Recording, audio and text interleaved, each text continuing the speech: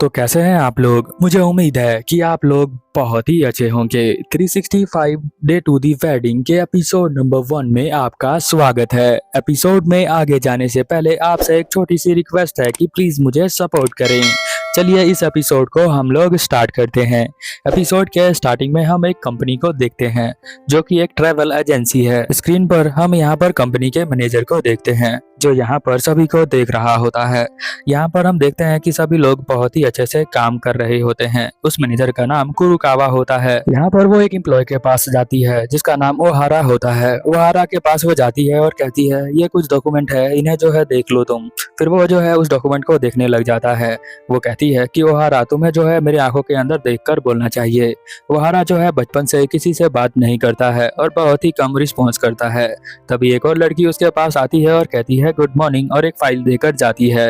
वो उसे भी थैंक यू नहीं कहता है क्योंकि वो रिप्लाई करने में बहुत ही ज्यादा वीक है। वो ये सारी बातें सोच ही रहा होता है। तभी वो देखता है कि एक लड़की उसे बड़ी ही ध्यान से देख रही होती है। वो उसे देखकर घबरा जाता है। उस लड़की का नाम होनोजी होता है। होनोजी उसे देख रही होती है घूर के, बट वो जो है यहाँ पर चकरा जाता है। फिर शाम को वो जो है घर पे जाता है। घर के ऊपर उसके अंदर कोई भी नहीं होता। कामा नाम की एक कैट उसके घर में रहती है। वो यहाँ पर आता है और खाना बनाना स्टार्ट कर देता है। जॉब करने के बाद खाना भी उसे खुद ही बनाना पड़ता है। वो अपने कैट के लिए भी खाना बना देता है। उसकी कैट यहाँ पर खाना खा लेती है। ओहारा यहाँ पर सोच रहा होता है होनोजी के बारे में कि वो उतना ध्यान से उसे देख क्यों रही थी। वो मेरे साथ बहुत दिनों से काम कर रही है। मुझे 4 साल हो गया काम करते हुए और उसे 2 साल हो गए हैं काम करते हुए। यहाँ पर ओहारा और उसकी कैट कामा दोनों बैठकर टीवी को देख रहे होते हैं। अगले सीन में हम देखते हैं कि सुबह सुबह यहाँ पर वो लड़की कहती है कि आज सफाई करने का दिन है तो सभी लोग सफाई करेंगे। और नोजी जो होती है यहाँ पर फिर से ओहारा को देख रही होती है। जब ओहारा उसे देखता है तो सफाई करना स्टार्ट कर देता है। वो उसे कुछ बोलता नहीं है। नोजी की भी प्रॉब्लम यही है, वो भी ज्यादा बात नहीं कर पाती है। वो सोचती है कि इतने सालों से मैं बिल्कुल इसके सामने बैठती हूँ, ना ये मुझसे बात करता है ना मैं इससे बात कर पाती हूँ। पता नहीं हम दोनों को क्या हो गया है। होनोजी जो है यहाँ पर एक मैप्स को उठाती है। उस मैप को देखकर वो बहुत ही अच्छे से स्माइल करती है। उसकी स्माइल भी किसी को दिखती नहीं है और ऑफिस में भी वो बहुत ज्यादा हंसती नहीं है। बट वो जब घर पर आती है उस मैप को खोलती है तो वो हंसना स्टार्ट कर देती है क्योंकि उस मैप को देखकर वो प्लान बना रही होती है कि किस तरह से वो वर्ल्ड टूर पर जाएगी। ऑफिस में काम करने वाले हर बंदे का सपना लगभग यही होता है। सभी लोग यही सपना देखते हैं कि वो लोग वर्ल्ड टूर पर जाएंगे, बट वो जा नहीं पाते। बट सोच सोच के बहुत ही ज्यादा स्माइल करते रहते हैं कि वो एक ना एक दिन जाएंगे। अगली सुबह हम देखते हैं कि यहाँ पर मैनेजर जो है ऑफिस के जो मालिक होते हैं उनको लेकर आती है और कहती है कि यहाँ बहुत ही बड़ा एक डिसीजन हम लेने वाले हैं। हम जो है एक और ऑफिस खोल रहे हैं जो कि अलास्का के अंदर है। वहां पर हम जाने का मौका देंगे जिनकी शादी नहीं हुई है उनको। तभी यहाँ पर ओहारा अपना हाथ खड़ा करता है। वो कहता है कि मैं जो हूँ अलास्का के ऑफिस में नहीं जा सकता हूँ। तो यहाँ पर उसकी मैनेजर कहती है क्यों नहीं जा सकते। तो वो कहता है कि मेरे पास एक बिल्ली है, उसकी वजह से मैं ऑफिस में नहीं जा सकता हूँ अलास्का के अंदर। तो उसके मैनेजर जो होती है वो हंसती है और कहती है ये रीजन वैलिड नहीं है। जॉब करने वालों को अपने शादी करने की छुट्टी बहुत ही कम मिलती है। तो यहाँ पर कैट के लिए वो अलास्का नहीं जा रहा, ये तो हंसने वाली ही बात है ऑफिस के अंदर। फिर हम देखते हैं होनोजी उसे देखती है और सोचती है क्या कैट इतनी ज्यादा इंपॉर्टेंट है उसके लिए वो कह रहा है कि मैं अलास्का ऑफिस में नहीं जाऊंगा, जबकि वहां पर प्रमोशन उसे मिल जाएगी। ओहारा अपने टेबल पे आता है और बैठता है और कहता है मन के अंदर की बहुत ज्यादा ट्रबल होने वाला है, मुझे वहां पर नहीं जाना। हम देखते हैं यहाँ पर होनोजी को जो अपने मैप को देखकर खुश हो रही होती है। वो सोच रही होती है यहाँ से अलास्का कितनी दूर होगा।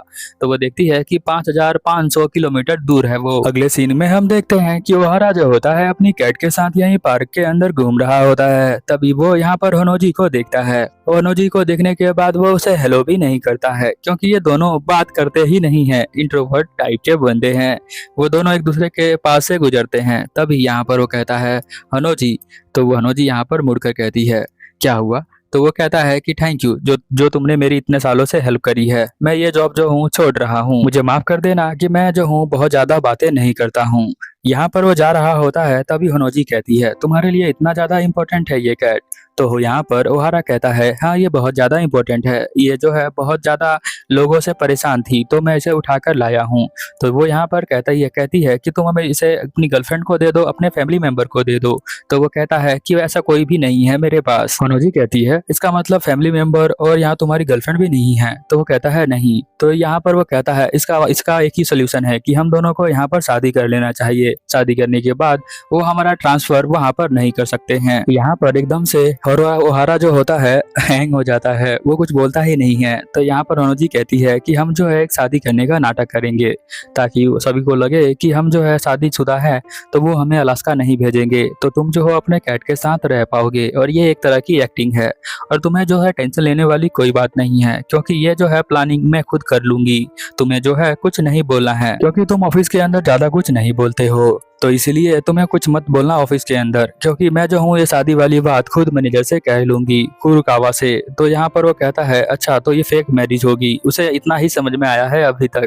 फिर वो कहती है ठीक है तो हम जो है प्लानिंग कर लेते हैं, कल तुम्हारे ऑफिस में जाएंगे और हम जो है एंट्रेंस पे बता देंगे यहाँ पर अपनी मैनेजर को तुम्हें वहाँ पर कुछ भी नहीं बोलना है। ऐसा बोल के वो यहाँ से चली जाती है। यहाँ पर ओहारा सोचता है कि हनोजी जो है इस तरह से भी सोच सकती है, मैंने कभी सोचा नहीं था। एक्चुअल में ओहारा ने कभी हनोजी से बात नहीं करी इसलिए उसे इतना पता नहीं है। अगली सुबह वो मैनेजर को कहती है कि हम दोनों जो है शादी करने वाले हैं और उसके चेहरे पर कोई एक्सप्रेशन नहीं होता है। कुरुकावा कहती है ये तो बहुत अच्छा है, तुम लोगों को दोनों को मैं बधाई देती हूँ। और फिर यहाँ पर वो बहुत ज्यादा खुश होती है। वो कहती है कि तुम कब से डेटिंग कर रहे हो एक दूसरे को, मुझे तो पता ही नहीं था और मुझे उम्मीद नहीं थी कि ओहारा भी किसी लड़की को डेट कर सकता है। मैं बहुत ज्यादा खुश हूँ। तभी एक लड़की आती है और कुरुकावा को यहाँ से ले जाती है। ओहारा यहाँ पर कहता है कि मुझे उम्मीद नहीं थी कि कुरुकावा इतना ज्यादा खुश होगी। फिर हम देखते हैं कि वो दोनों यहाँ पर काम कर रहे होते हैं। कुरुकावा यहाँ पर एक फाइल लेकर आती है और कहती है कि तुम जो हो हवाई के होटल्स का इसमें जो है डाल दो, एंट्री कर दो और तुम इसके लिए हेल्प ले सकते हो हनोजी की। उसके थोड़ी देर बाद हम देखते हैं कि यहाँ पर ओहारा के पास फोन आता है कुरुकावा का। वो कहती है कि तुम जो हो यहाँ पर एक इटालियन होटल के अंदर आ जाओ और हनोजी को भी साथ में लेकर आ जाना। तभी वो जाते हैं तो यहाँ पर सरप्राइज पार्टी रखी होती है ऑफिस की तरफ से उन दोनों के लिए। ये देखकर वो दोनों मन ही मन घबरा रहे होते हैं। बट यहाँ पर हनोजी के अंदर एक प्लान पहले से ही स्टार्ट हो जाता है दिमाग के अंदर और वो दोनों को अंदर बैठा देते हैं। यहाँ पर वो धीरे से कहती है कि हमें यहाँ पर एक्साइटमेंट दिखाना पड़ेगा, हमें जो है यहाँ पर खुश होना पड़ेगा।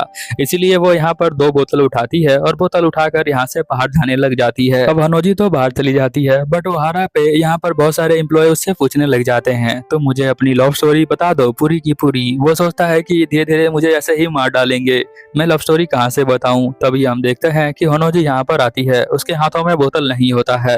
वो माइक को उठाती है और कहती है मैं यहाँ पर एक गाना गाने वाली हूँ और वो गाना गाना स्टार्ट करती है। इसी तरह से पार्टी खत्म होता है। पार्टी के बाहर वो लोग आ जाते हैं। उसने जो है बहुत ज्यादा पी लिया है तो वो सही से चल नहीं पा रही है। यहाँ पर ओहारा उसे संभाल लेता है। फिर वो कहती है मुझे माफ कर देना, मैं जो हूँ ज्यादा ही पी लिया है, मैंने कभी भी पिया नहीं था, ये पहली बार पिया है, पानी की बात कर रहा हूँ और कुछ नहीं। फिर हम देखते हैं कि वो यहाँ से चली जाती है।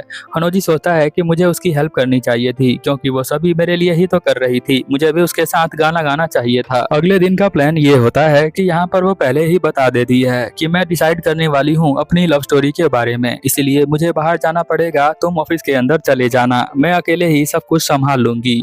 तो वो जो है यहाँ पर बहुत सारे फोटोज को लेने के लिए आई होती है ताकि वो एक स्टोरी क्रिएट कर सके उनके फर्स्ट डेट की। उसके साथ कोई भी नहीं होता है। एक्चुअल में ओहारा उसके साथ होना चाहिए था बट वो नहीं होता है। वो सोचती है कि ओहारा से मैंने जो है कुछ डिटेल मांगी थी तो उसने जो है बिल्कुल पॉइंट टू पॉइंट डिटेल दिया है। उसमें उसकी एज जो है 24 साल लिखी होती है। तो वो कहती है वो मेरे से 2 साल बड़ा हुआ है। यहाँ पर हनोजी को सिर्फ उसका चेहरा याद होता है तो इमेजिन कर लेती है कि यहाँ पर ओहारा मेरे साथ ही है और वो खुश होकर चलने लग जाती है। कुछ शॉपिंग भी करती है, कुछ टेडी बियर भी यहाँ पर से वो ले लेती है ताकि वो बता सके कि उसने उसे गिफ्ट दिया था।